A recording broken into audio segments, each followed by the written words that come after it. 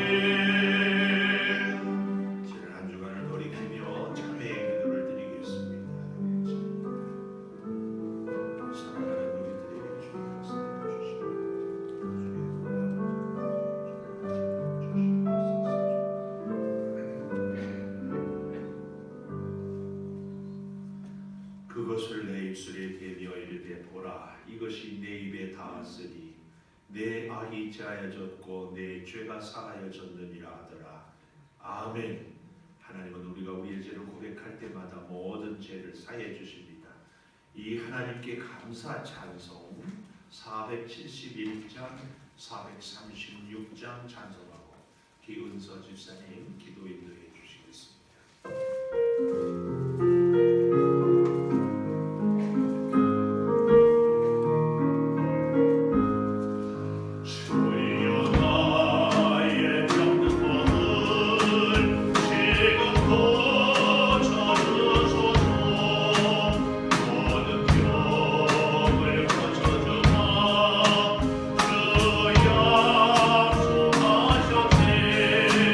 내가 지금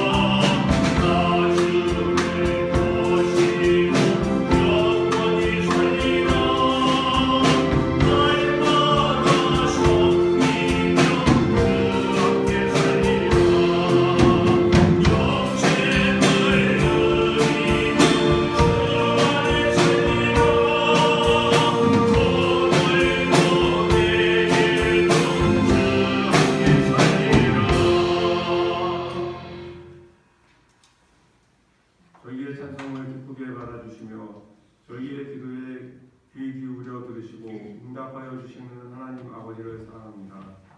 오늘도 주님 전을 사모하여 나오게 하여 주시고 예배하게 하여 주심을 감사드립니다. 말씀을 들을수록 믿음이 자라게 하여 주심을 감사드립니다. 소리 높여 하나님을 찬양하게 하심도 감사드립니다. 코로나19로 시작된 여러 가지 환난과 고통 속에서도 건강하게 지켜주심을 감사드립니다. 오히려 하나님을 향한 저희의 모습을 되돌아볼 수 있는 시간을 가지게 됨을 감사드립니다. 지난 일주일 동안 주님전에서 새벽마다 주님전에 모여 예배를 드렸던 성도들이 이제는 각자의 가정에서 예배를 드렸습니다.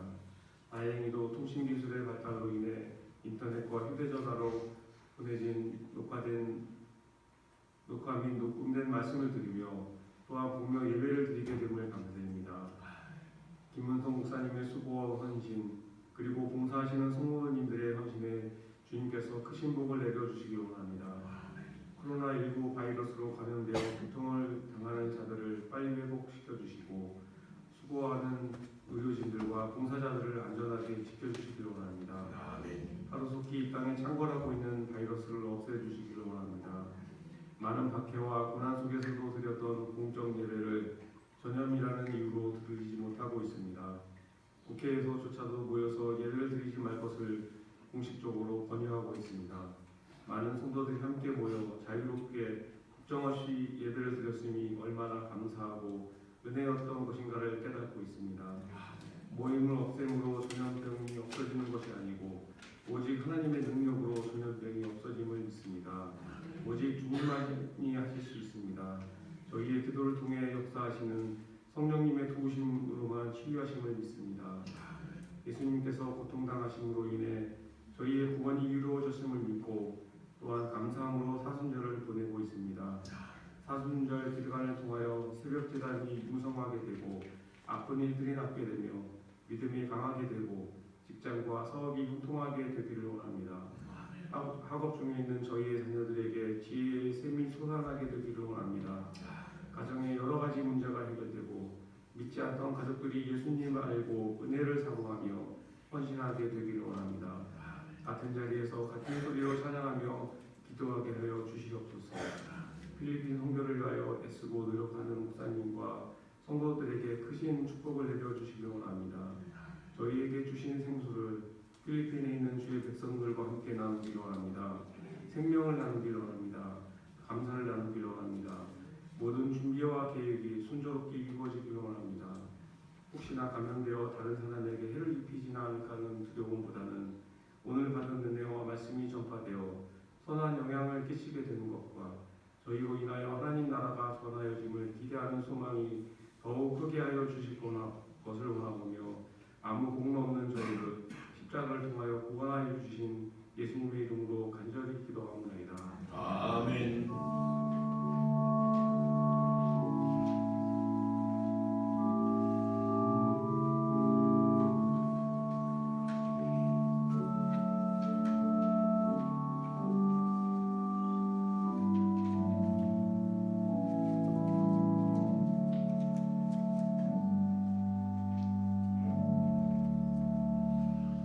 할렐루야. 교회 소식을 알려드리겠습니다. 함께 예배 드리는 여러분들을 환영하고 또 이 자리에 함께하지 못하지만 가정에서 영상으로 예배 드리는 우리 온 교우들도 축복합니다.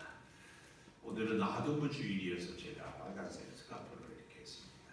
우리 지금 이 코로나 때문에 아동부 중고등부 예배를 드리지 못하고 있는데 여러분들 우리 아동부 친구들을 위해서 기도해 주시고 관심 많이 가져주시기를 간곡히 부탁을 드립니다. 사순절이 계속되고 있습니다. 기간 동안 특별히 코로나 때문에 기도 생활이 어렵지만 우리가 더 기도하고 더 하나님을 간절히 찾을 수 있게 되기를 여러분의 가정이 주의 성전이고 될 수 있도록 해주시기를 바라겠습니다.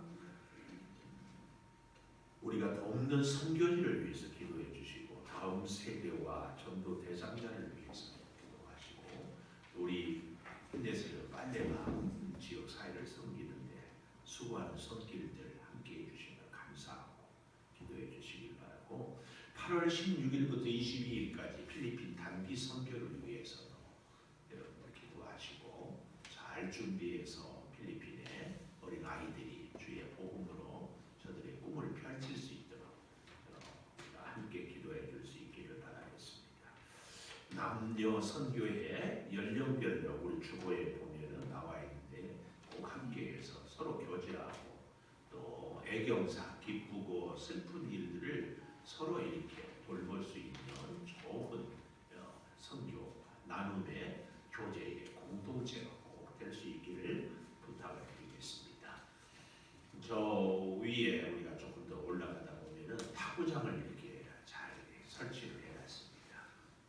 앞으로 기회 되면 우리 선교회별로 탁구 시합도 좀 하려고 그러고 우리 중고등부 청년부 친구들을 위해서 특별히 우리 청년들이 또 중고등부 친구들이 교회에 와서 시간을 함께 할 수 있길 바라는 마음으로 이렇게 했습니다. 여러분들 관심 갖고 참여해 주시길 바랍니다. 한 가지 바라는 것은 다 준비했는데 라켓이라고 탁구 치는 채라고 각 개인이 이렇게 가져오시고 또 탁구장에 들어갈 때는 탁구장에서만 신을 수 있는 신발들을 준비하는 것이 매트를 준비했는데 모래가 들어가서 이렇게 밟히고 그러면 금방 상하게 되는 것이 있어서 개인적으로 탁구 라켓, 탁구화 신발은 준비하시고 이렇게 함께 사용해 주실 수 있기를 바라겠습니다. 성경 필사로 성경 통독으로 여러분의 영성을 지키는 아름다운 여러분들을 축복하고 내고 또 우리가 3월부터 매일 감사일기를 저도 간단하게 하루에 한 3가지 정도만 감사일기 쓰고 또 감사 예물 1,000원씩 차곡차곡 이렇게 모으면서 기도하면서 이렇게 여러분들 올 한 해를 정말 감사로 그래서 추수감사절까지 감사가 넘치게 되는 그런 은혜가 우리 모두 10년마다 가정마다 있어지기를 축복합니다. 새 학년 새 믿음 새 출발은 3월 24일 개학을 앞두고 22일 주일에 하도록 하겠습니다. 또 엄마 반성문 독서 나눔은 3월 29일에 하도록 하겠습니다.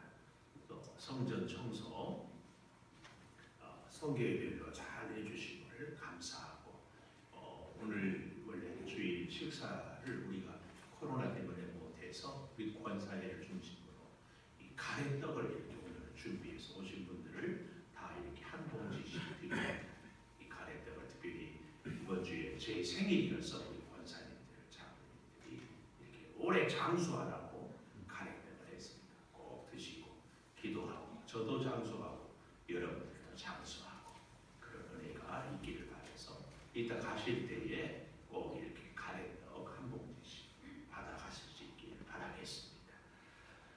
하나님의 말씀 우리 같이 보도록 하겠습니다.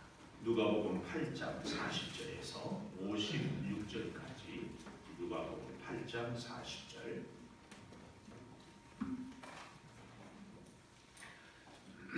예수께서 돌아오심에 무리가 환영하니 이는 다 기다렸음이로라.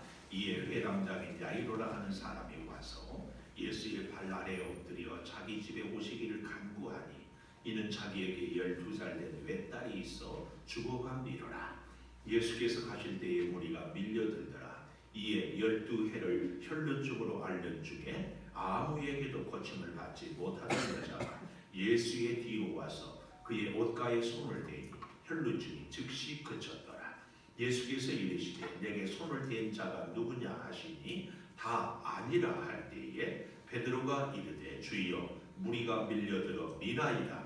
예수께서 이르시되 내게 손을 댄 자가 있도다.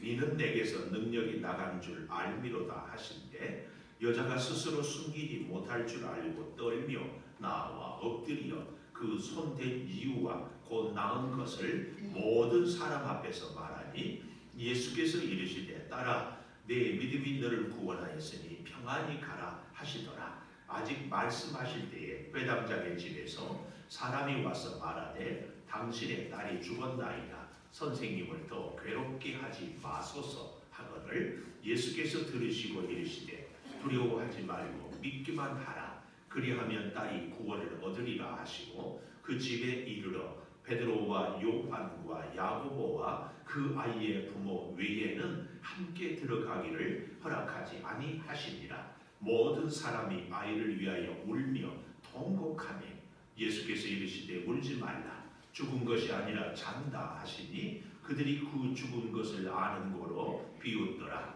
예수께서 아이의 손을 잡고 불러 이르시되 아이야 일어나라 하시니 그 영이 돌아와 아이가 곧 일어나거늘 예수께서 먹을 것을 주라 명하시니 그 부모가 놀라는지라. 예수께서 경고하사 이 일을 아무에게도 말하지 말라 하시니라. 아멘. 찬양 때 찬양해 주시겠습니다.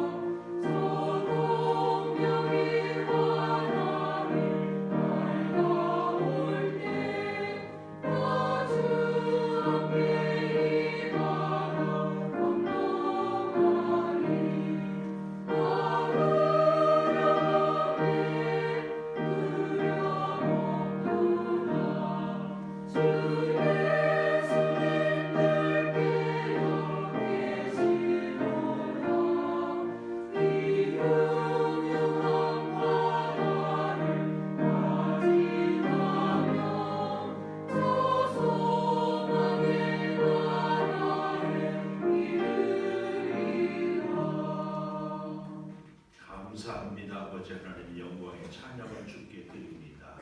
영광 받으시옵소서.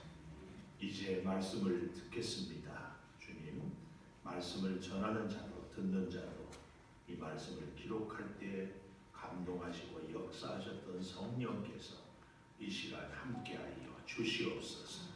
예수님 이름으로 기도 올리옵나이다. 아멘. 하나님 감사합니다. 오늘 또 주일 예배를 드리는 은송아들은 참되게나다. 엄지척 변함없이 주일 예배를 드리는 주님은 참 훌륭하십니다. 이 모든 것이 주님의 은혜입니다. 아멘. 할렐루야. 마스크를 끼고 있어도 웃는 모습은 참 예쁩니다. 감사합니다. 오늘 제목을 저는 41절에 보면 회당장 야이로라는 사람이 와서 예수의 발 아래 엎드려 자기 집에 오시기를 간구하니 이렇게 전역했습니다.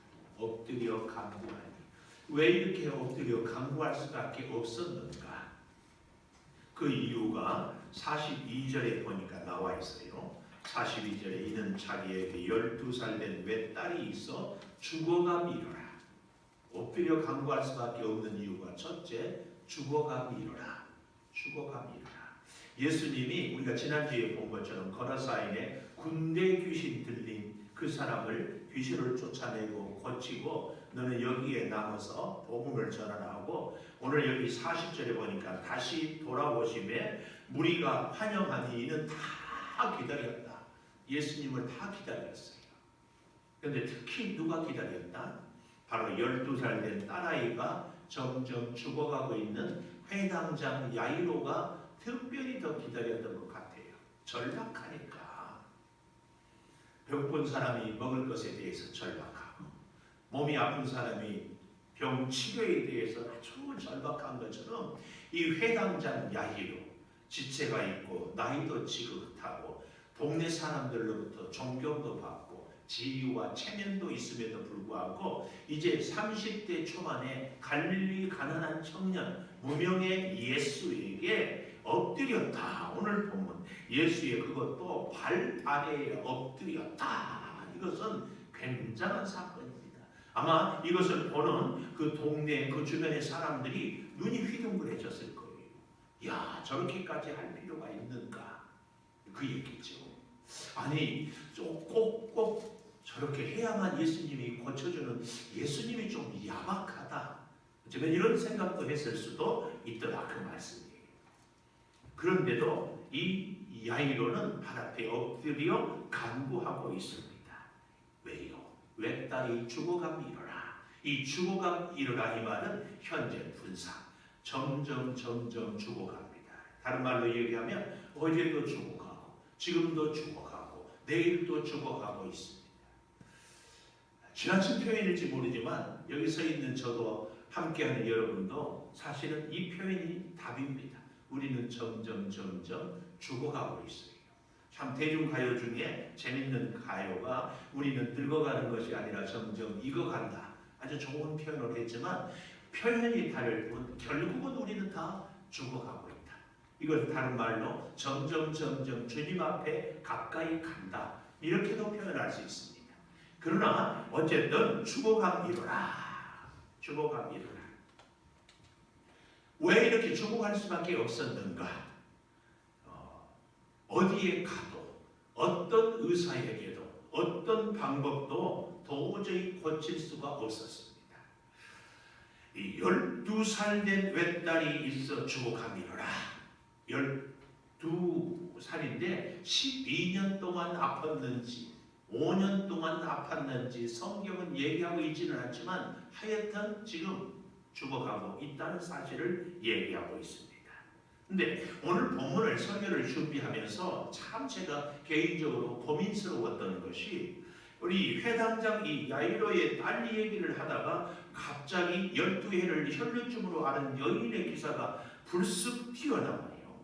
그래서 여러 목사님들이 이렇게 설교집이나 이렇게 쭉 보니까 요 본문을 두 개로 나누어서 이렇게 설교를 많이들 하셨더라고요. 어떻게 했는가 하면은 42절까지 외딸이 있어 죽어가미로라 하고 건너뛰어서 49절 아직 말씀하실 때 회당장 집에서 이렇게 회당장 야이로의 집만 설교를 하고 그 다음에 12해를 혈루증으로 앓은 여인의 사건을 또 다뤄서 또 다르게 이렇게 설교를 하는 것을 많이 봤습니다.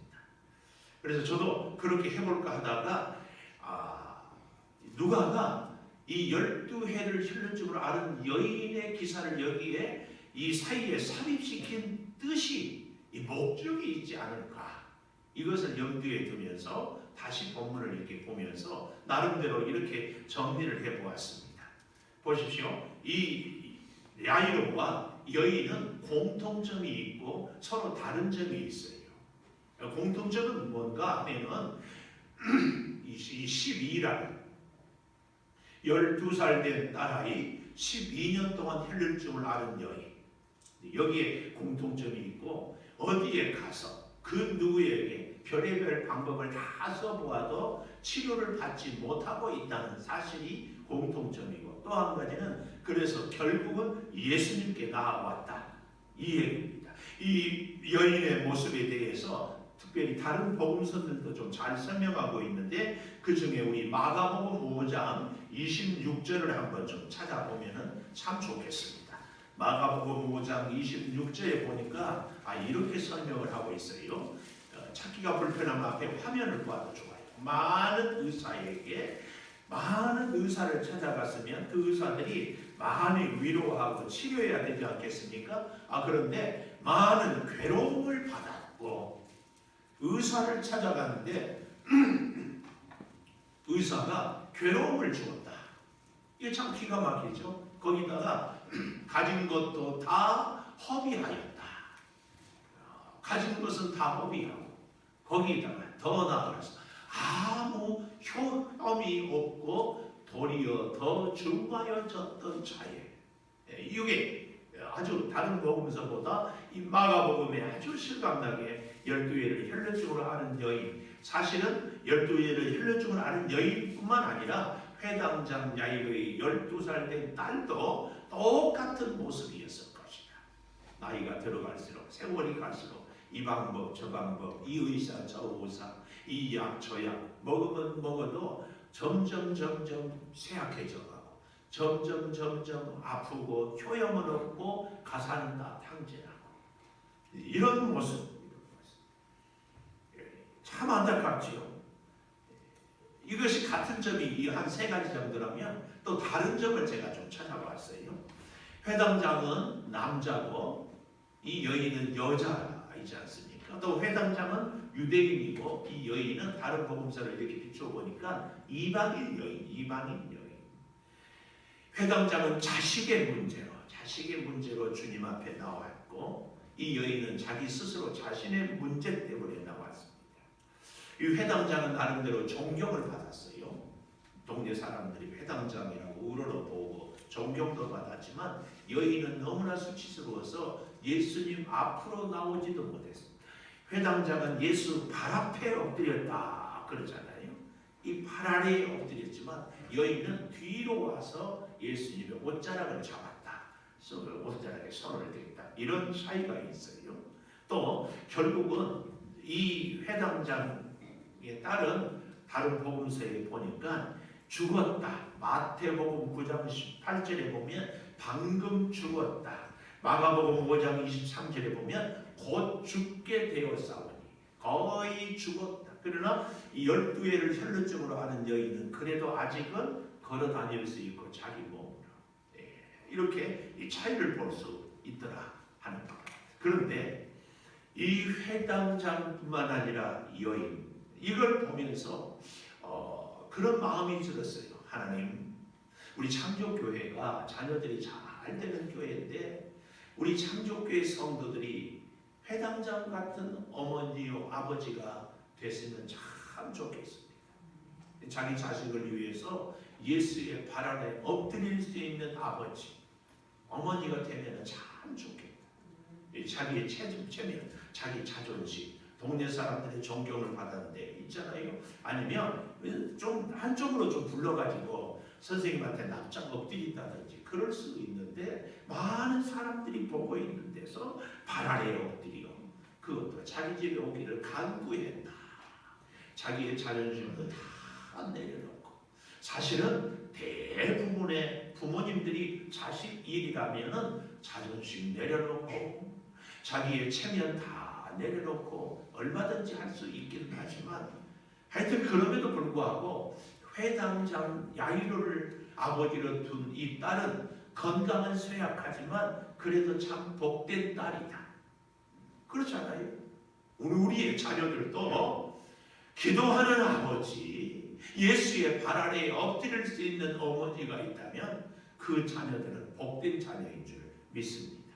복된 자녀. 어쩌면 저를 우리 창조교회에서 여러분과 만나게 한 것도 저희 어머니를 저를 통하여서 여러분들에게 소개하면서 여러분들에게도 저희 어머니처럼 자녀를 위해서 새벽을 깨우고 자녀를 위해서 눈물을 흘리고 자녀를 위해서 어떤 희생도 마다하지 않는 특별히 믿음을 위해서 말입니다. 믿음을 위해서 그렇게 우리가 살아갈 수 있게 되기를 간절히 간구하고 축복합니다. 자 보십시오. 이렇게 살아가는데 이 여인은 두 번째로 참 우리에게 주는 교훈이 오늘 제목 그대로 41절에 발 아래 엎드렸다. 죽어가기 때문에 다른 방법이 어떤 것이 없으니까 발 아래 엎드릴 수밖에 없다. 이것이 오늘의 두 번째. 발 아래 엎드려. 발 아래. 똑같은 뜻이요. 이 44절에 가보면 예수의 뒤로 와서 그의 옷가에 손을 대니 이 혈루증을 앓은 여인이 발 아래 엎드리는 회당장과 같은 심정의 표현이 뒤로 와서 그의 옷가에 손을 대니 그 말이에요. 우리 예수 믿는 사람들은요, 아파도요 참 부끄럽지 않게 아플 수 있는 것이, 그것도 아픈 것도 감사하더라고요. 저희가 신학교 다닐 때에 한 교수님을 통해서 듣는 분인데 참 아주 훌륭한 우리 영락교회 지금은 돌아가신 한경직 목사님의 친구 되는 분인데요. 미국 유학을 다 준비하고 다 여권 또 후원 교회 장학금 다 준비하는데 비자도 받고 이제 마지막 건강 검진하는데 건강 검진에 걸려서 유학을 못 갔다. 이게 뭐냐? 젊었을 때 예수를 믿기 전에 그만 잘못된 한 번의 실수로 이 성병의 그 균이 아직 남아 있었어. 못 갔다는 얘기를 저희들에게 늘 겸손히 조심할 것을 부탁하는 그런 얘기를 들은 적이 있습니다. 우리가 예수를 믿는데요, 자랑스러운 질병도 있어요. 그러나 어떤 질병들은 참 부끄러운 질병.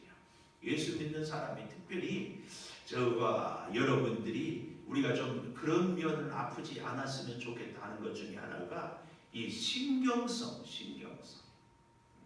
예수 믿는 사람들이 얼마나 좀 심하게 표현하면은 하나님을 의지하지 못해서 신경을 너무 많이 써서 신경쇠약 혹은 불면증 이런 것들에 대해서 우리가 참 안타깝다. 좀 하나님께 맡기고 깊은 잠을 숙면을 하고 또 일어나서 함께 또 살아가고 이럴 수 있으면 좋은데, 이런 신경이나 불면 같은 것들은 참 예수 믿는 우리들에게 좀 피하고 싶은 질병 아닙니까? 근데 오늘 이 본문의 여인은 43절에 보니까 12해를 혈루증으로 앓았다. 혈루증, 피가 멈추지 않은 질병이죠. 요즘으로 말하면 굳이 좀 그래도 가까운 질병이 자궁암이지 않을까, 이렇게 부인병으로 이렇게 볼 수 있는데, 우리나라는 그래도 물이 많아서 잘 샤워할 수 있지만 팔레스타인 물이 없고 또 대학교에서의 냄새가 얼마나 진동했을까. 그래서 사람들 가까이 가는 것을 늘 망설이고, 또 아마 결혼을 했어도 하지 않았어도 이 여인은 자기의 가족으로부터 다 외톨이가 된 상태. 왜요? 이 여인 때문에 많은 가산을 다 허비하였기 때문에 가족들이 다 뿔뿔이 이제는 더 이상 뒷바라지를 할 수 없어서 혼자 남았다. 그 얘기거든. 그래서 이 여인은 회당장은 자기 딸아이를 위해서 발 앞에 엎드렸지만 예수님의 발 앞에 이 여인을 위해서는 누구도 예수님한테 가자고 원하는 사람도 없고 예수님 앞에 여인 대신에 부탁하는 사람도 없는 이렇게 혈혈단신 이런 여인이었습니다. 그래서 이 여인이 예수의 뒤로 와서 떳떳하지 못해서 뒤로 오는 이 여인의 수치심, 이 여인의 부끄러움, 이 여인의 질문, 그리고 그 옷가에 손을 대니 그랬습니다. 이 옷가에 손을 댄다 이 말은요, 살짝 스쳤다, 가만히 손을 얹었다 이런 의미가 아닙니다. 원문에 보니까 합토라는 이런 단어를 썼는데요, 이것은요 일생에 한 번 있을까 말까 하는 기회를 꽉 잡는다, 그런 심정으로 예수의 옷자락을 꽉 잡았다 그 말입니다. 일생의 일대의 깊은 관계, 오늘 아침에는 다시는 잡을 수 없는 이 간절한 마음으로 꽉 잡았다. 이게 손을 대니 이런 표현입니다. 이 말씀입니다. 오늘 사랑하는 여러분, 우리 인생에 있어서도요, 이런 기회가 어쩌면 있을 수 있습니다. 자, 그런데요, 이런 말미암아서 예수님이 여기 본문에 보니까 44절 마지막에 혈루증이 즉시 그쳤다, 즉시 고쳐졌다, 이 얘기 아니에요. 이 얘기 즉시 고쳐졌어요. 그랬더니 45절에 예수께서 내게 손을 댄 자가 누구냐 이렇게 물어요. 그러니까 사람들이 베드로 표현 그대로요, 여기 45절 하반절에 주여 우리가 다 밀려들어 미나이다, 누가 손을 댄지 한두 사람이 아닙니다. 여기서 지금 그걸 어떻게 찾을 수 있겠습니까? 다 아니라 할 때에. 그런데 그러면은 예수님이 적당히 넘어가야 되는 거 아니에요. 왜냐하면 지금 야이로의 딸이 곧 죽거든요. 다 죽어가요. 그러니까 한시라도 급하게. 아마 이 야이로가 좀 제대로 생각이 있는 사람 같았으면 거리가 어느 정도인지 모르지만 좀 마차를 준비하든지 아니면 말을 준비하든지 하다못해 낙이라도 태워서 부지런히 가야 되는 것 아닐까 이런 생각을 해보거든요. 근데 지금 사람들과 함께 가는데 거기에 한시가 급하는데 야이로의 속은 지금 타들어가고 있는데 예수님이 가다가 멈춰서 누가 내 옷에 손을 댔느냐 이걸 얘기하고 있습니다. 제가 야이로라면 선생님! 지금 난리를 지어야 되냐면서. 그리고 앞에 길을 좀 야이로가 부탁해 사람들에게 좀 부지런히 하는데 사람들이 밀고 서로 만지고 하도록 그냥 이렇게 두고 갈 때에 야이로의 마음은 얼마나 새까맣게 타들어갔을까. 그런데 거기다가 예수님이 이렇게 멈춰서 가지고 누가 내 옷자락에 손을 대었느냐, 누가 내 옷자락을 잡았느냐 이걸 따지고 있습니다. 그럴 때에 베드로가 보십시오, 누가 잡은지 모릅니다. 그러면 그렇구나 알았다 하고 가든지, 아니면 지금 예수님이 급한 것은 우리 인생도 일에 우선순위가 있잖아요. 급한 일 먼저 해놓고 다음에 덜 급한 일 하면 되지. 근데 예수님이 지금 급한 일은 뭐예요? 야이로의 딸을 살리는 것이 급하지. 이 몸을 옷자락을 만져서 고침을 받는 사람은 오늘 이 시간이 아니어도 다음에라도 혹은 내일이라도 혹은 지금도 지금 못 고친 사람은 야이로의 집에 따라와라. 그 병을 어떻게 고쳤는지 내가 좀 보자. 좀 그래야 되지 않겠어요? 근데 예수님은 여기서 굳이 고집을 세우면서 누구나 일일이 찾고 있다 그 말씀. 그럼 왜 이렇게 찾고 있느냐? 궁금하지 않느냐 그 말씀. 여기서 우리는 몇 가지를 좀 생각해 볼 수 있습니다. 예수님이 왜 이렇게 찾고 찾았을까? 이런 생각. 나로 인하여서 고침을 받을 것 같으면 내가 그동안에 너희들한테 보여준 것처럼 내가 그렇게 속 좁은 사람이 아니고 너희들을 얼마나 사랑하는 줄 아느냐. 어떤 질병이 있어도 내가 너희를 다 고쳐주겠다. 그러니까 내 앞에 나와서 선생님 나 좀 고쳐주세요 했으면 내가 안 고쳐주겠냐. 뭐 한다고 뒤에 와서 쓸죠. 사람을 뭘로 보고 이렇게 했느냐. 책망하려고 예수님이 찾았을까. 그것은 좀 아닌 것 같아요. 아니면 이런 것도 예수님이 찾고자 하는 이유가 되지 않을까. 이게 뭐예요? 예수님이 자기의 옷자락만 잡아도 어떤 질병도 깨끗이 그것도 그 즉시 낫는다는 이 자기 능력을 과시하기 위해서 주변에 많은 다른 사람들에게 봤지 내 옷자락만 확실히 잡아도 고침을 받는다. 굳이 나를 찾지 않았다. 나는 이 정도의 사람이다. 자기 능력을 과시하려고 그랬을까? 이것도 좀 아닌 것 같고요.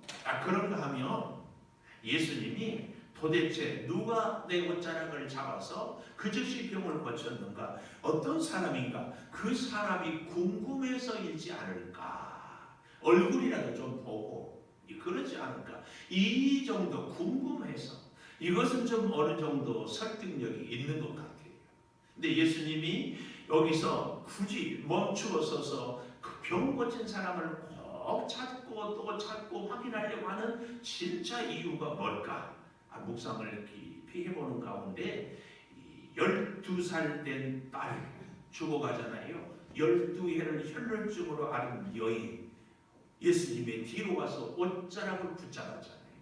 여기서 이 옷자락을 붙잡는 것을 보고 낫는 것을 보고 어떻게 합니까? 회당장 야이로에게 야이로야 보아라, 내 앞에 엎드리지도 않고 부끄러워서 뒤로 와서 나한테 고쳐달라고 한마디 요청도 않고 옷자락만 잡아도 고침을 받았다. 하물며 너의 딸 아무 걱정하지 말아라. 예수님이 그 마음으로 지금 이 여인을 찾고 또 찾고 있다. 여러분, 우리에게 인생에 있어서요, 뜻하지 않게 내 주변 사람들을 통하여서 하나님은 내 기도에 응답을 주실 때가 참 많습니다.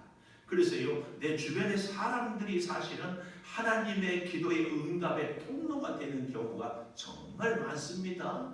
그래서 우리 주변의 사람들을 귀하게 천사처럼 우리 주님이 보낸 사람으로 여기는 것이 믿음의 삶의 바른 신앙의 자세예요. 그래서 예수를 잘 믿는 사람들은 믿음의 사람들과 좋은 관계를 자꾸 맺어요. 왜요? 그를 통해서 내 기도 응답, 그를 통해서 축복의 모델을 보여주기 때문에 그렇다. 그래서 이 야이로로 하여금, 사실은 야이로는 생각을 한순간이라도 1분 1초라도 빨리 집에 가는 것이 야이로의 마음이지만 예수님은 야이로야 보아라, 이 12해를 혈루증으로 앓는 여인을 고치는 것을 잘 보고 너의 딸도 반드시 낫는다는 믿음을 가져라. 이 마음이 지금 예수님의 마음이다, 그 말이에요. 또 한 가지 예수님이 여기서 이 여인을 꼭 붙잡고 찾고 있는 이유가 오늘 48절에 보니까 예수께서 이르시되 딸아 내 믿음이 너를 구원하였으니, 이 말 그냥 고침만 받고 보내버리고 예수님이 만나고 확인하지 않으면 이 여인은 혈루증은 나았겠지만 구원의 문제는 별개의 문제. 그래서 예수님이 이 여인을 찾아서 확인하고 구원의 선언까지 선포하고 있다, 그 말씀입니다. 여기 잘 보십시오. 47절에 여자가 스스로 숨기지 못할 줄을 알고 떨며 나와 엎드려. 참 재밌죠? 아까 41절에 예수의 발 아래 회당장 야이로가 엎드렸고, 여기 47절에 이 혈루증 여인이 엎드립니다. 오늘 우리의 인생에 있어서 문제 앞에서도 엎드리고 문제가 해결되고 나서도 엎드리는 것, 이것이 정말 중요합니다. 우리는 종종 그런 경우가 있어요. 문제 앞에서는 엎드렸다가 해결되고 나면 빳빳이 서버리는 경우. 문제가 있을 때는 기도하다가 해결되고 나면 기도를 그쳐버리는 이런 모습들. 그런데 오늘 본문은 이 여인이나 회당장이나 예수 발 앞에 엎드리고 나와서 지금 고백하고 있습니다. 오늘 우리에게 믿음의 자세에 중요한 것, 언제 죽어가고 있는 이 딸 때문에, 아니 이 여인이 즉시 고침을 받았기 때문에 상황의 문제의 해결의 여부에 상관없이 엎드리는 것. 오늘 이것이 이 코로나로 힘든 이 시대를 살아가는 여러분, 우리에게 꼭 필요한 믿음의 자세입니다. 잘 보십시오. 코로나 해결되면 다른 문제는 없을 것 같습니까? 그렇지 않아요. 앞으로 이런 일들은 또 생기지 말라는 절대 보장이 없어요. 코로나 문제뿐만 아니라 우리 개인적으로 질병의 문제도, 사업의 문제도, 궁핍의 문제도, 사람들에게 당한 쓰라린 배신과 아픔의 문제도 다 닥쳐옵니다. 잊지 마십시오. 그때 우리는 예수 앞에 엎드리는 거예요. 아니면 문제 앞에서만 엎드리고 해결되면 엎드리지 않고 있는 내 모습은 아닌지, 이것을 찾는 것이 정말 중요합니다. 그 엎드린 여인에게 48절 다시 딸아 내 믿음이 너를 구원하였으니 평안히 가라. 이게 참 감동적이에요. 평안히 가라. 엎드려서 딸아 내 믿음이 너를 구원하였으니 이제 너는 나를 따르라. 이게 아니에요. 우리가 지난주에도 귀신 들린 사람이 예수를 따라오려고 할 때에 39절에 이 큰 일을 어떻게 행하셨는지 온 성내에 전파하라 한 것처럼, 오늘 우리가 일상적인 매일의 삶을 살아가는 것이 하나님의 기적의 증거요, 은총의 축복이다, 그 말씀. 우리가 이 코로나 사태 때문에 매일 기도하고 마음껏 아무 때나 하나님의 전을 찾을 수 있는 것이 굉장한 축복이고, 사람과 사람이 서로 만나서 부담 없이 대화하고 교제하고 웃고 즐길 수 있는 것이 얼마나 소중한지, 이것이 하나님의 은혜인지를 이제 깨닫는 거예요. 일상의 축복, 매일매일의 삶의 은혜, 이것을 우리가 이 혈루증 여인을 통하여서 평안히 가라하는 이 말씀을 통하여서 우리가 다시 얻게 되는 놀라운 축복입니다. 자, 보십시오. 엎드려 간구하는, 죽어가는 일이 있을 때 두 번째로 엎드려 발 아래 엎드려 간구하는 이 역사, 이 일을 위해서 발 아래 엎드리기도 하고, 이 일을 위해서 옷자락에 손을 힘을 줘서 붙잡기도 할 때에, 마지막 세 번째로는 50절에 보니까 예수님께서 이렇게 말합니다. 두려워하지 말고 믿기만 하라. 세 번째, 믿기만 하라. 믿기만 하라. 참, 왜 이렇게 믿기만 하라고 하는가? 49절에 보십시오. 아직 말씀하실 때에, 제자들에게, 여인에게 말씀하실 때에 회당장의 집에서 사람이 와서 말하되 당신의 딸이 죽었나이다. 여러분, 우리가 믿음 생활을 잘하고 은혜가 충만하고 주님 앞에 함께 엎드리고 간구해도 어떻다? 문제는 생기더라. 우리가 참 오해하는 것이 열심히 기도하고 말씀으로 순종하면 문제가 없으리라, 이런 생각을 하는데 그렇지 않아요. 믿음으로 순종하고, 아니 놀라운 말씀에 대해서 은혜를 입었고, 그래서 주님의 말씀 앞에 그대로 살겠습니다 다짐을 하지만 49절에 딸이 죽었다. 딸이 죽었다. 그리고 하는 말이에요. 선생님을 더욱 괴롭게 하지 마소서. 선생님을 더 괴롭게 하지 마소서. 저는 여기서 아주 놀라운 진리를 하나 봅니다. 진리가 뭐냐면 야이로의 자세예요. 오늘 여기 49절 예수님이 말씀하신데, 사람들은 더 괴롭게 하지 말라고 하는데, 여기에 대해서 이 야이로는 노 코멘트, 침묵. 아무 말이 없어. 저 같으면은요, 선생님 1번 1초가 급한데 지금 누가 내 옷자락을 만졌냐, 그거 얘기하다가 결국은 내 딸 죽였습니다. 너무합니다. 이럴 수는 없습니다. 어째 이럴 수 있습니까? 원망하고 불평하고 가슴이 터들지도 않는 이 절규를 할 수밖에 없지 않겠습니까? 사람들은 더 괴롭게 하지 마소서. 예수님 돌아가시고 볼일 보십시오. 저는 가서 딸아이 장례 치르겠습니다. 이게 맞는 거 아니에요. 야이로의 침묵, 판단 보류. 자, 보십시오. 예수님이 이 아이를 보고 뭐라고 해요? 죽은 것이 아니라 잔다. 죽은 것이 아니라 잔다.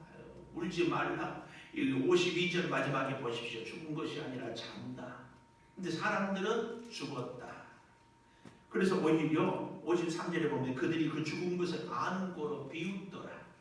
여러분, 질문하고 싶어요. 이 딸아이가 죽었습니까? 자고 있습니까? 죽었어요? 자고 있습니까? 죽었다는 말도 진실이고 자고 있다는 말도 진실이고, 사람들 눈으로는 죽었습니다. 예수님의 눈으로는 자고 있습니다. 둘 다 맞는 얘기예요. 오늘 우리가요, 뜻하지 않은 일, 정말 앞이 캄캄한 일을 만났을 때 침묵이 좀 필요합니다. 그러자마자, 무슨 얘기를 듣자마자, 무슨 사건을 당하자마자 우리의 입으로 해서는 안 될 말들, 내 인생은 끝이다. 어떻게 하나님이 이럴 수가 있습니까? 해도 너무합니다. 사람들에 대해서도 하나님에 대해서도 너무나 내뱉고, 물론 그 말할 수 없는 심정은 우리가 다 이해합니다.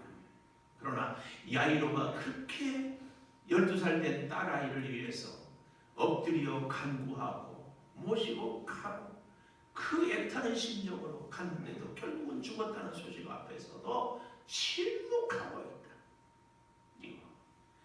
믿음의 사람은 기다리는 사람입니다. 기도하는 사람은 기대를 하면서 기다립니다. 여러분, 저도 개인적으로 몇 년 전에 참 우리 창조교회 안에서 어려움을 당하는데, 이 말하면 저렇게 하고 저 말하면 이렇게 하고 그래서 더 이상 말을 하지 않고 가만히 있으니까, 거 봐라, 목사님이 아무 얘기 안 한 거 보니까는 틀림없이 목사님이 그랬다. 아, 이렇게 또 비난을 합니다. 여러분, 우리도 그런 적 있지 않습니까?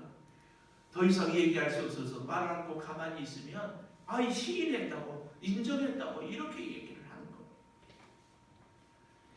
여러분, 사람의 끝이 하나님의 시작입니다.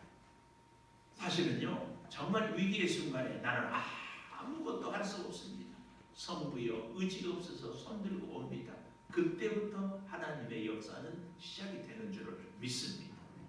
여러분, 절대 우리가 해서는 안 될 말, 내 인생은 끝난다, 나는 망한다, 더 이상 희망이 없다, 이런 얘기 하고 싶거든. 믿어지지 않습니까? 기다리십시다. 이해되지 않습니까? 기다립시다. 오늘 여기 52절에 보면 모든 사람이 아이를 위하여 울며 통곡하며, 예수님은 그렇지만 이 야이로가 얼마나 가슴이 찢어질지 아팠을까 생각해 봅니다.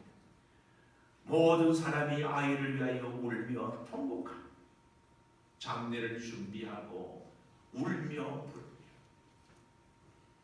예수님은 울지 말라 죽은 것이 아니라 잔다. 이때에 그 죽은 것을 아는 고로 비웃더라. 여러분, 우리가 예수 믿는 우리들이 뜻하지 않게 비웃음 당하는 순간들이 많습니다. 아니, 오늘 이 코로나의 이 사태 앞에서 예수 안 믿는 사람들이 예수 믿는 사람들을 비웃어요. 교회가 마치 코로나를 만들어내는 것처럼. 그리고 매스컴도 꼭 신천지 교회 이런 말을 써요. 제가 보니까 여러분, 우리가 예를 들면 참 죄송하기는 하지만 불교 절 얘기할 때 우리가 조계종인지 천태종인지 또 무슨 이단, 그 안에도 불교 안에도 좀 이단들이 있거든요. 우리는 잘 몰라요. 다 절인 줄 알지. 똑같은 논리로 세상 사람들은 신천지도 교회고 우리 교회도 교회. 그리고 교회가 신천지가 저기서 와가지고 막 이렇게 퍼뜨리거든. 그러니까 교회 예배를 막아야 된다. 뭐 이러고 이걸 떠드는 또 이재명 지사는 뭐 굉장한 뭐 의인인 것처럼 이렇게 법으로 막아야 된다고 하는데 참 기가 막혀요. 사람들이 비웃어요. 그런데 참 한편으로 생각해 보면, 제가 지난주에도 무슨 일이 있어서 카페에 좀 목사님들 만난 일이 갔더니만 자리가 없어요. 자리가. 우리는 1시간 예배 드리고 가지만 거기는 몇 시간씩 불특정 다수. 우리는 다 누가 온지 안 온지 알지만 누가 온지 어디를 갔다 온지 어떻게 알아요? 수없는 뭐 대표적인 뭐 이마트라든지 어떤 마트 혹은 백화점, 많은 사람들이 서로, 특별히 여러분 다 직장 생활하지만 좁은 공간에 하루 종일 있는데 더 위험하지 않습니까? 그런데 유난히 지금에 와서는 교회를 이렇게 들면서 비난하고 비웃고 있어요. 이 비웃음 앞에. 근데 성경에 보면 많은 하나님의 사람들이 비웃음을 당했어요. 모세를 비웃었던 바로 왕, 다니엘을 비웃었던 바사의 신하들, 느헤미야를 비웃었던 산발락과 도비아 같은 사람들, 에스더와 모르드게를 비웃었던 하만이라는 그 신하, 바울을 비웃었던 바리새인들, 아니 우리 예수님을 비웃었던 서기관과 대제사장들, 오늘 우리를 비웃는 사람들이 의외로 많아요. 제가 개인적으로 참 공감하는 설교를 하나고 그래서 유튜브로 참 듣는데, 우리 교회 이찬수 목사님에 대한 안티 공격이 그렇게 심한가. 그럼에도 불구하고 이 목사님을 위해서 기도하는데 참 교회 1만 명 파송 운동을 하고 교회를 30개로 나누고 하여튼 어려운 이웃들을 위해서 돕고 막 내가 그래서 그렇구나. 여러분 그거 아세요? 안티가 많을수록 훌륭한 사람입니다. 별로 아멘이 안 나오네. 이찬수 목사님하고 저하고 비교해 보니까 저는요 안티가 거의 없어. 착하니까. 여러분, 안티가 없기를 원하는 사람은 별로 유명하지 않다. 비웃는 사람이 많을수록 사실은 우리가 하나님 앞에 바른 믿음 생활을 하고 있다. 이 대목에서는 아멘을 해야 돼. 비웃음을 너무 두려워하지 마십시오. 주의 말씀을 붙잡고 함께 나아가는 그 길에 주님도 비웃음을 당했는데 하물며 우리가 비웃음 당하는 것은 너무너무 당연하다. 중요한 것은 나의 허물 때문인가 복음 때문인가 이것을 우리가 보고 생각할 수 있어요. 어쨌든 사랑하는 여러분, 참 이 비웃더라 비웃 이런 비웃음이 있는데 예수님이 어떻게 합니까? 아이의 손을 잡고 54절 불러 이르시되 아이야 일어나라. 마가복음에 보면은 우리가 잘 아는 표현 달리다군 소녀야 일어나. 근데요 이 놀라운 기적의 현장에 함께 할 수 있는 사람은 비웃는 사람들, 아이가 죽었다고 울고 있는 사람들이 아니고 잘 보니까 51절에 그 집에 이르러 베드로와 요한과 야고보 외에는 아이의 부모 외에는 함께 들어가기를 허락하지 아니한지라. 깜짝 놀랐어요. 기적의 주인공은 비웃는 사람이 아니고 울고불고 난리치는 사람들이 아니고 불평하고 원망하는 사람들이 아니고 예수님과 함께하는 사람들, 아이의 부모와 베드로와 야고보와 요한, 예수. 여러분도 저도 주님의 기적의 현장에 있는 기적의 주인공들, 이런 은혜가 우리에게 있기를 축복합니다. 여러분, 오늘 우리에게 있어서 여러 가지 어려운 문제가 있어요. 그러나 여기에 우리가 멈출 수는 없습니다. 참 재밌는 것은요, 이 12일을 혈루증으로 앓았던 여인에게는 48절에 평안이 가라 했잖아요. 오늘 여기 55절에 보면 곧 아이가 일어나서 저를 예수께서 먹을 것을 주라. 평안이 가라. 먹을 것을 주라. 일상의 삶이 축복이요 기적의 열매다. 오늘 우리가 함께 할 수 있는 것, 얼굴을 볼 수 있는 것, 함께 걸어갈 수 있는 것, 먹을 것을 먹을 수 있는 것, 이것이 우리의 축복의 열매다. 축복이다. 이 사실입니다. 또 재밌는 것은 보십시오. 56절 마지막에 보면은 경고하사 이 일을 아무에게도 말하지 말라 하는데, 우리가 지난주에 보았던 39절에 보면은 이 사람에게는 온 성내에 전파하라 이렇게 말씀합니다. 곧 이것은 뭘 얘기해요? 전파할 것을 오히려 역설적으로 얘기하고 있다.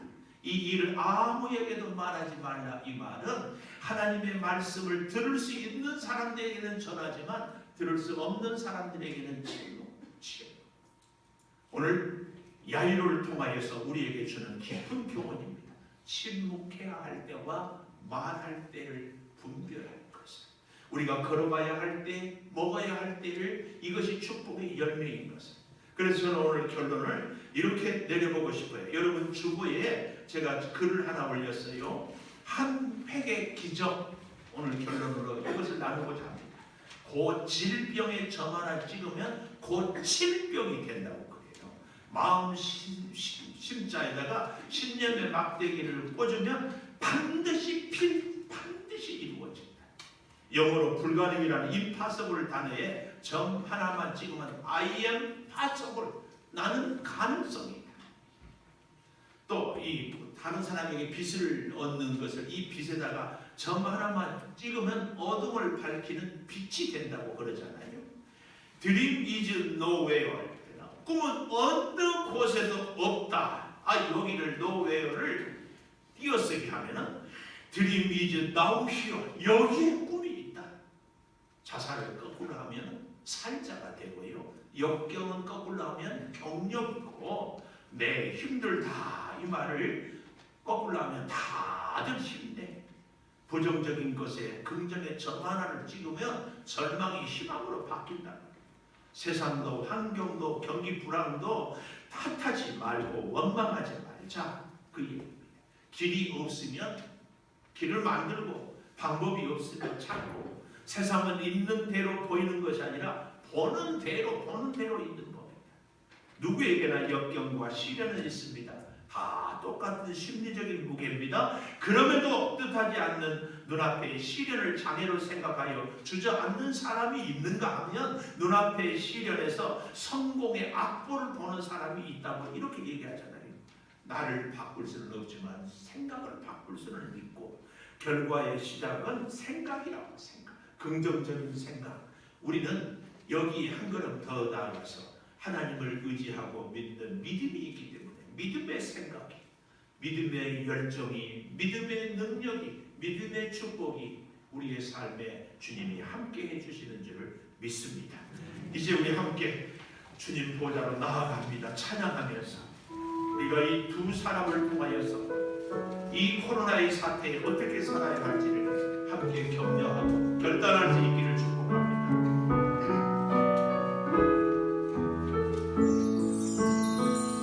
주의 보좌로 나아갑니다. 아멘. 주의 얼굴을 바라봅니다. 두 손을 들고 경배하고 하나 되어 주께 나아갑니다.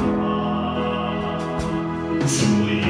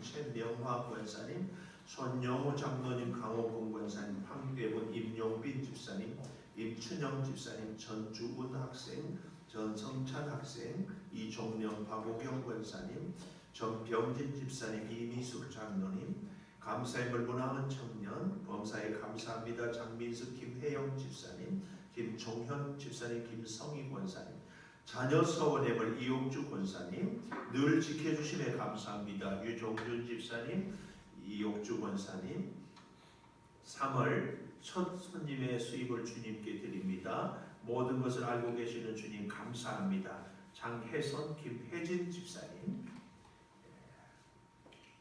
말씀을 듣고 순종해 주셔서 더 감사합니다. 아이들과 창조교회를 만나 예배드리고 잘 정착하게 하심을 감사드립니다. 정미 집사님, 이지은 청년, 윤헌주 장로님, 김준 전도사님, 김주은 사모님, 새학년이 되는 예준이 예건이에게 좋은 선생님, 좋은 친구들에게 만나게 하셔서 감사합니다. 선한 영향력을 끼치는 예준이 예건이가 되기를 기도하며 하나님께서 동행하여 주소서. 이예건, 이예준 우리 학생, 자녀 소원해물 이선아 권사님 감사합니다. 윤미경 권사님, 최상현 집사님, 하나님 아버지 건강 지켜주심에 감사합니다. 김현호 한영미 집사님, 건우선우 청년, 김완수 김혜진 집사님 감사합니다. 하나님의 은혜를 감사합니다. 임춘영 집사님, 전주은 학생, 나순희 권사님, 김현선 집사님, 변희락 전도사님, 최태영 이용순 집사님, 최명화 권사님 자녀 서원 예물, 생일을 감사하며 커피의 물 드립니다. 황혜분 집사님, 최희 청년, 전병진 이미숙 집사님 장로님, 최승훈 장혜선 집사님, 익명으로 감사함을 성전에서 감사함으로 예배드리게 하소서. 손영호 장로님, 강호구 권사님, 최민영 권사님, 선교예물 임춘영 집사님, 작정예물 김준 전도사님, 김주은 사모님, 선교예물 서민준 청년, 최명화 권사님, 나성경 학생, 목사님 생신을 축하하며 예물을 드리겠습니다. 기도하겠습니다. 아버지 하나님 감사합니다. 감사합니다. 코로나 사태로 인하여서 온 나라가 전 세계가 긴장하고 마음 불안해하고 있습니다. 하나님 아니고는 이 문제를 해결할 수 없어서 죽어가 미루라 고백 앞에 엎드려 간구합니다. 아버지, 우리로 하여금 이 코로나 사태 때문에 겸손하게 하여 주시고 그동안 마음껏 일할 수 있고 다닐 수 있음이 우리의 능력인 줄 알았사오니 하나님이 허락하지 않으면 아무것도 할 수 없음을 다시 깨닫습니다. 어느 목사님의 고백처럼 우리가 너무나 해외여행을 많이 다니지는 않았는지, 우리가 너무나 나 중심적으로 살아가고 주변을 살피지 못한 것은 없는지 돌아보게 하여 주시니 겸손히 감사합니다. 아버지 하나님, 이제 구하오니 믿기만 하라. 이 말씀 앞에 우리가 주님을 다시 새롭게 믿기를 다짐합니다. 주여, 불평과 원망 얼마든지 쏟아낼 수 있지만 침묵했던 야이로처럼 우리 사람들의 이해가 되지 않은 일들, 알 수 없는 일들, 끝났다고 생각되는 순간순간마다 인간의 끝이 하나님의 시작임을 고백하며 하나님의 뜻을 구하는 겸손한 하나님의 사람들로 하나님 앞에 서게 하여 주시옵소서. 아버지, 소득을 주셔서 열의 하나를 구별하여 드립니다. 주님 받으시옵소서. 하나님이 허락하지 않으면 아무것도 얻을 수 없음을 주여 우리의 삶으로 피부로 체험하게 하여 주시니 하나님의 것을 구별할 때마다 저들의 손을 꼭 붙들어 주셔서 주의 은혜로 살아가게 하여 주시옵소서. 여러 가지 제목으로 하나님 감사합니다. 자녀를 위하여 소원하며 감사하며 생일을 감사하며 성전에서 예배드릴 수 있어서 감사하고 자라가는 자녀들 새학년이 되어서 하나님께서 지켜주시기를 감사하고 이 코로나 위기 때에도 건강을 지켜주심을 감사합니다. 아버지 하나님, 더욱 구하고 구하는 것은 선교를 위해서 1000번째의 소원을 담아서 예물을 드립니다. 이 선교 예물을 통하여 우리 선교사들이 힘을 얻게 하여 주시고 주의 복음이 아름답게 증거되게 하여 주시옵소서. 한 주간 우리 사랑하는 성도들 살아갈 때 힘과 지혜와 능력을 더하여 주시옵소서. 예수님 이름으로 기도 올리옵나이다. 아멘. 다시 한번 다니엘 기 찬송합니다.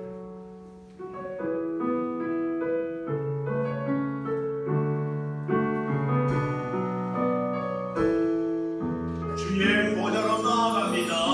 주의 보좌로 나아갑니다. 아멘. 주의 얼굴을 바라봅니다. 두 손을 들고 겸비함으로 하나 되어 주께 나아갑니다. 주의 은혜에 목마릅니다.